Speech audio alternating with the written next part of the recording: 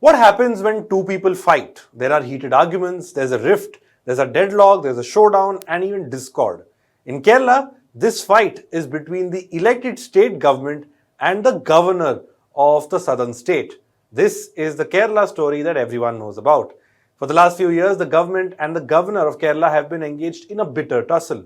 There have been walkouts at official events, veiled threats have been issued, and there have been court battles as well. Each side is standing its ground and accusing the other of violating the constitution. Now, this tussle has taken a fresh turn. It's gone straight to classrooms, where the state government has decided to give a textbook reply to the governor, quite literally. It has done so by adding a chapter, a module on the role of the governor. So while the textbook is for the classrooms, the lesson is clearly aimed at Raj Bhavan. Hello and welcome, I'm Shubham Chauhan. Let's get started. So the Kerala Education Department has tweaked its latest textbook of social science. It has added a subheading on the governor. So the roles and responsibility of the governor and how he or she is only a nominal figure. The change has been made in part 2 of the 10th standard social science textbook.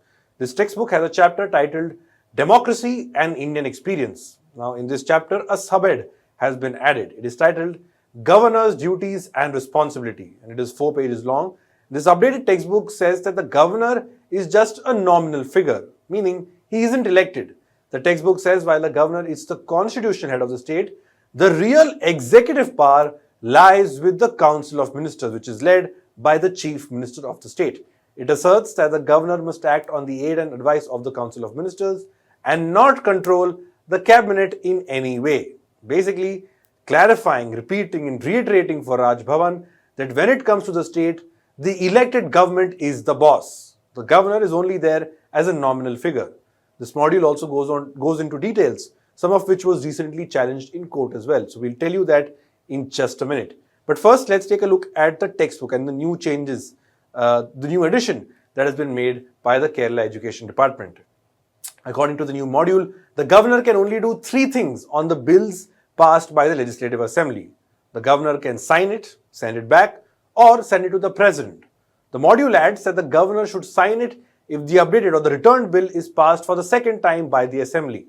On the question of who can be a governor, the chapter says that usually retired army officials, bureaucrats or politicians are appointed to Raj Bhavans. It also goes on to say that a governor is appointed and not elected.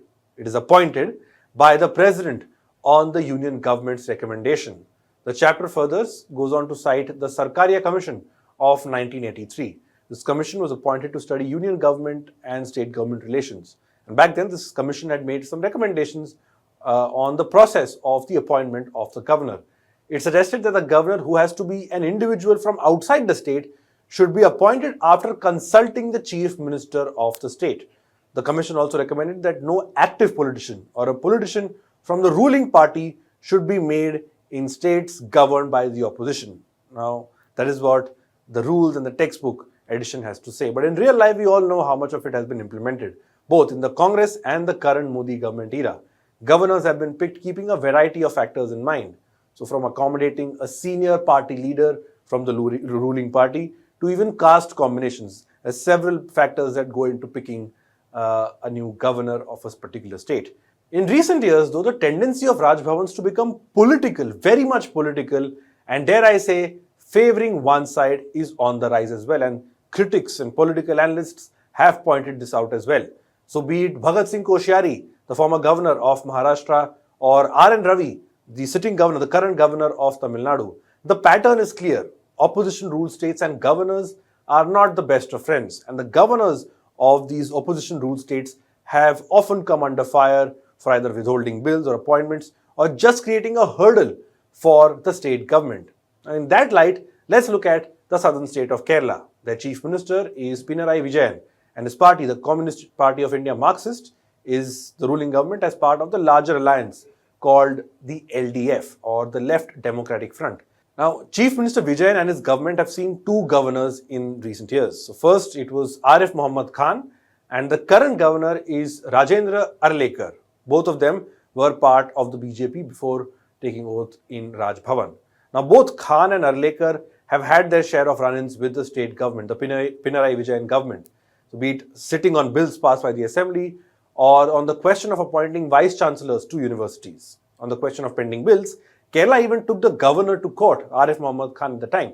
But soon neighboring state Tamil Nadu had secured a win in a similar case in the Supreme Court. So that became the precedent.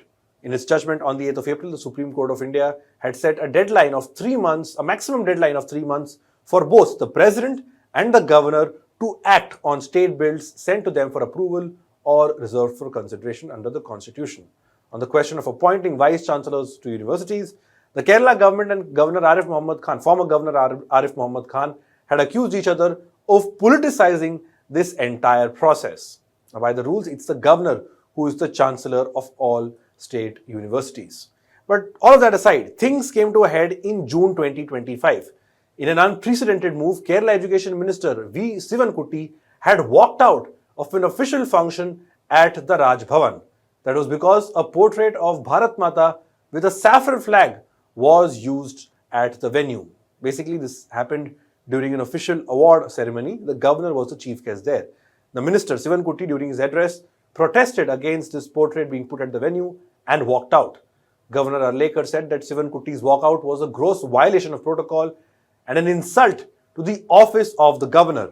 Sivankutty lashed out at the governor in response, saying that this wasn't Arleka's family property and that Raj Bhavan could not be converted and should not be converted into a shakha of the Rashtriya Swayamsevak Sangh, the ideological parent of the BJP. Now, Sivankutty was the second such minister to stage a walkout.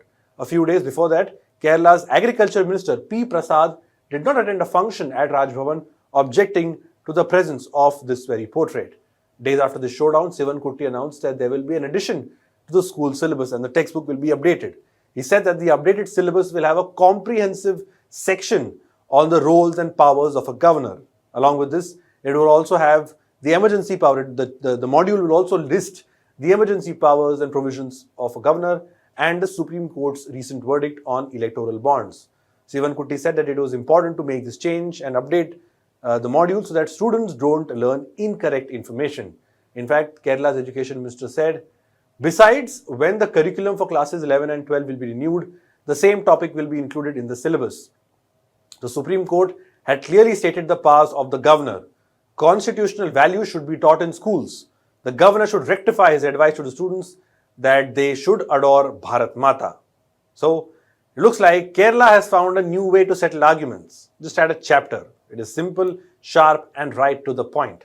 For students, they are not just reading about Indian democracy. They are living through this drama that is playing out in not just Kerala, but almost all the states ruled by the opposition parties. That's all we have for this report. Thanks for watching.